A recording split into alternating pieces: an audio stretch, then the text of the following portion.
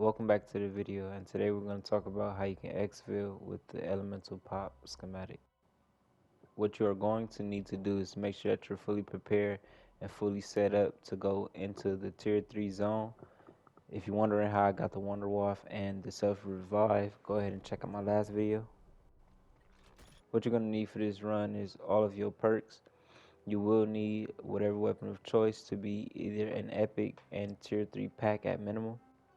If you're playing with a squad, still make sure that your whole squad is fully prepared, because the last thing you want is to obtain this and then go down and or your friends obtain it and you can't help them and you have to exfil alone. And if you're a solo player like me, turn circuits is a big help. I know it helped me out a lot in my run. Again, it is not actually necessary to complete it. You can't complete it without it. But if you want to get through a lot faster without no headache, no stress, and 100% guarantee, this is the way that I would do it. As it's loading in, I'm going to continue to explain. The bounty contracts is how I got mine.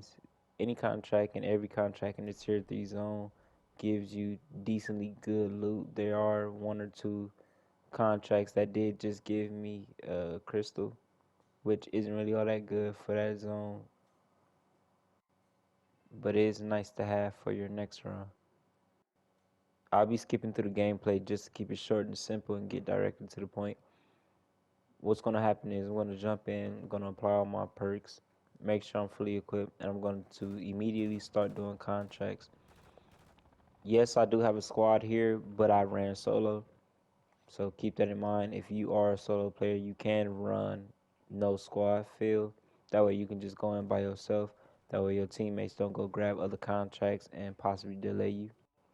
From here on out, your main focus is going to be contracts. You want to do them as fast as possible and focus on points. That's your key thing that you would need.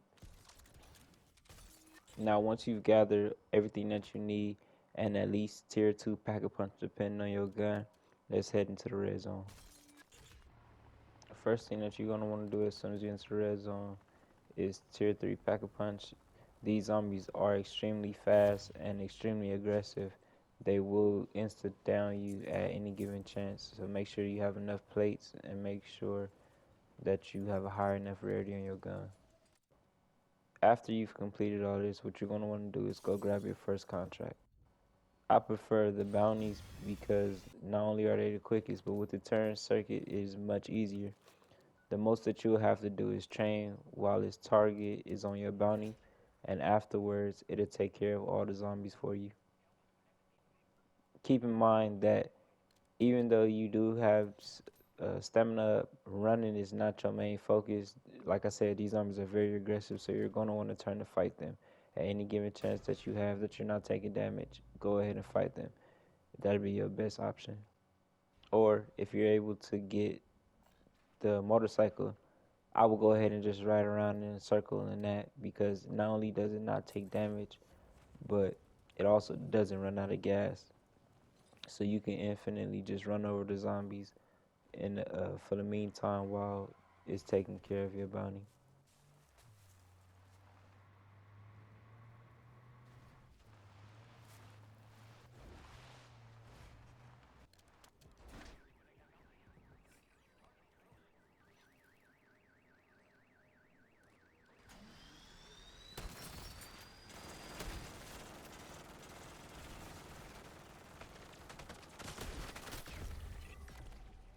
As you can see, I just completed my first bounty. The loot could have been better, but as I said, it could be worse. They could have just gave me an uncommon tool. This now would be my second bounty, and yes, I'm still using the turn circuit. Like I said, it's a breeze. You're going to see that for a decent amount of my gameplay. This loot is better. The jug is always a plus. Saves you 10,000. Now, let's move on to the third bounty.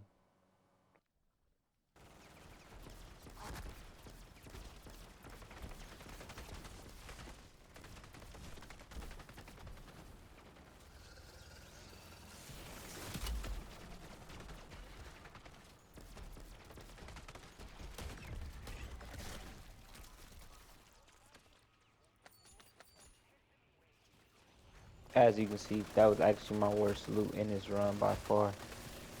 And this is actually my fourth contract, and also the contract that I got the schematic.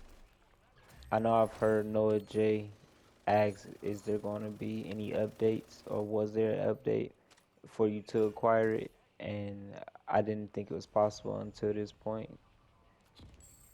I immediately thought, let me go ahead and go exfil. I don't want to take no risk, especially me potentially being the first person to ever not only be able to get it, but exfil with it successfully and be able to craft it and use it afterwards.